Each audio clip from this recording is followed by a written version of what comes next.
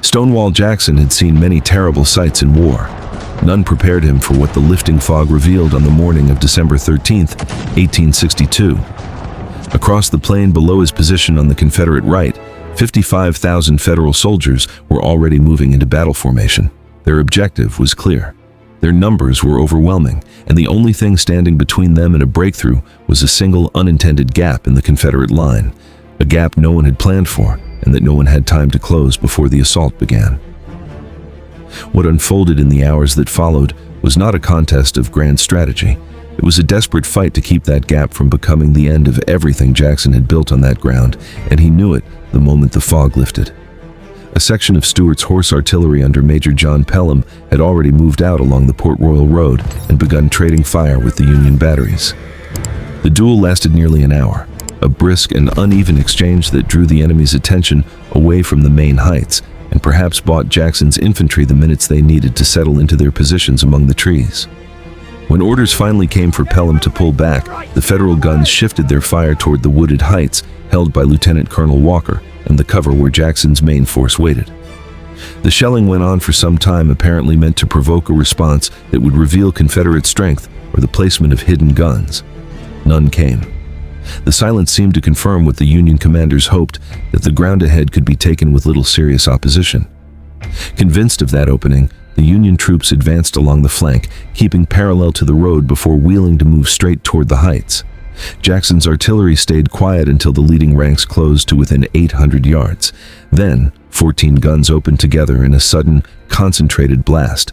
The effect on the Federal lines was immediate. Shell and solid shot tore through the advancing ranks, sending men staggering and breaking the formations apart.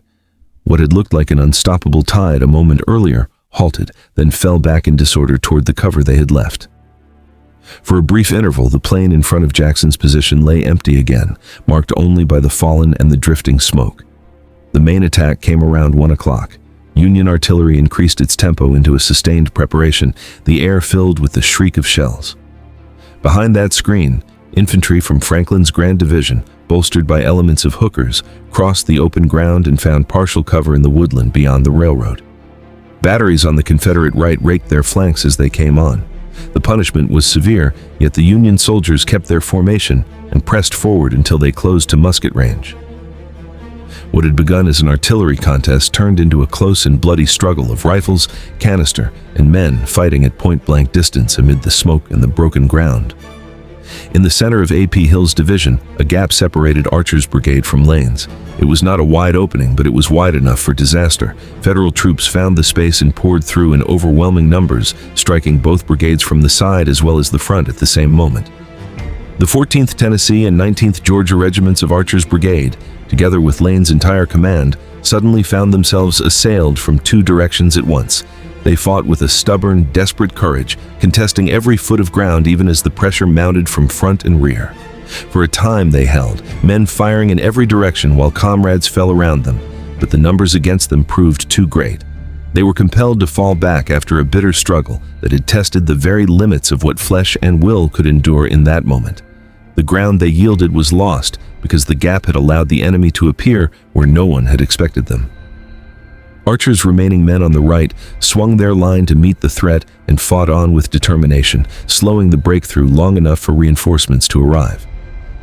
General Thomas's brigade came up and linked with portions of Lane's command.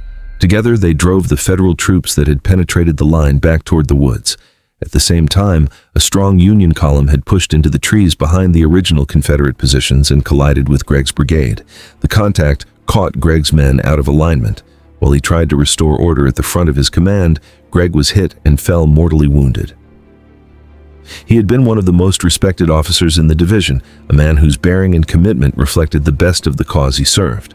With Gregg down, Colonel Hamilton took the remnants of the brigade, 4 regiments and a company of sharpshooters, and counterattacked at once. The Federal foothold in the woods did not last, but the price of restoring it had already been paid. Early's division now entered the fight in force. Lawton's brigade, first under Colonel Atkinson and then under Colonel Evans, Trimble's brigade under Colonel Hoke, and Early's own brigade under Colonel Walker, supported by the 47th and 22nd Virginia from Brockenbrough's command, moved forward with purpose. On the far left, the 2nd Virginia of Paxton's brigade met and repelled a smaller enemy probe. The struggle among the trees was over quickly. The Union soldiers were pushed out of the woods and back to the railroad. The Confederate pursuit continued across that line. Hoke's and Atkinson's commands charged the enemy position there, inflicting more casualties and taking prisoners. Some of the men pressed on past the railroad until they came under heavy fire from the main Union artillery and infantry reserves. Further advance would have been suicidal. They stopped, but not before the cost had grown. Atkinson was severely wounded during the fighting and captured. Colonel E.P. Lawton, the assistant adjutant general of his brigade, had his horse killed beneath him early in the advance. He continued on foot, rallying the men until he was struck down and killed. On the left flank, the artillery had been busy as well.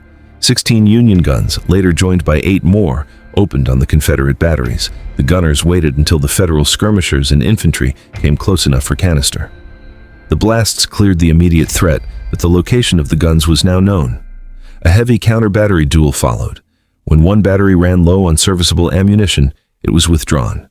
Captain Latimer shifted other guns forward to maintain the fire. Those pieces kept the Union infantry at bay despite harassment from skirmishers. When it appeared the enemy might seize the woods to the right and rear, Brockenbrough's guns were pulled back behind the railroad. Lieutenant Colonel Hill of the 7th North Carolina covered the movement. Repulsed across the front, the Union forces reorganized and showed signs of preparing to attack again. Jackson waited, ready to meet another effort. When it did not come, he weighed whether to take the offensive himself before darkness. The open ground in front of his lines was swept by Union artillery. Any movement across that ground would be costly. He decided artillery should lead the way and that the attempt should wait until dusk, when night could mask a retreat if things went badly. The guns were slow to get into position. When the first piece finally advanced 100 yards beyond the tree line, the Union batteries answered with concentrated fire. Jackson judged the risk too great and called the movement off. By nightfall, the fields were covered with the fallen. Both sides had suffered heavily in the space of a single afternoon. Jackson's report recorded a successful defense. The Union attack had been stopped and thrown back with substantial loss. That much was fact on paper. What the official language could not capture was how close the Confederate line had come to being broken open. The gap between Archer and Lane had allowed a penetration that required rapid and violent counteraction to seal. Gregg had died trying to rally his surprised brigade in the woods. The pursuit that followed had carried men into a position where they could be cut down by the very artillery they had just driven back. Atkinson and Lawton were only 2 of the officers who paid the price for restoring the position. The men who fought in the center that day remembered moments when the outcome was anything but certain, when urgent commands were shouted over the noise of muskets and when small groups of men found themselves fighting in every direction at once. Jackson saw all of it from his place on the right: the initial repulse, the dangerous breakthrough through the gap, the desperate measures needed to repair it, and the final halt before the Union reserves. The victory was real, but it had been purchased at a cost that the ground itself would remember long after the reports were filed.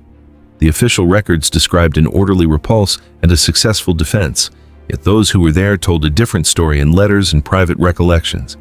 They spoke of moments when the line nearly broke, of urgent commands shouted through the smoke, of officers calling for men to fix bayonets because the enemy was already in the woods behind them. There was panic in places, and there was extraordinary courage in others. The gap had allowed a penetration that came close to unraveling the entire position. Gregg had died trying to rally his men. The pursuit had carried soldiers into a position where further advance meant destruction.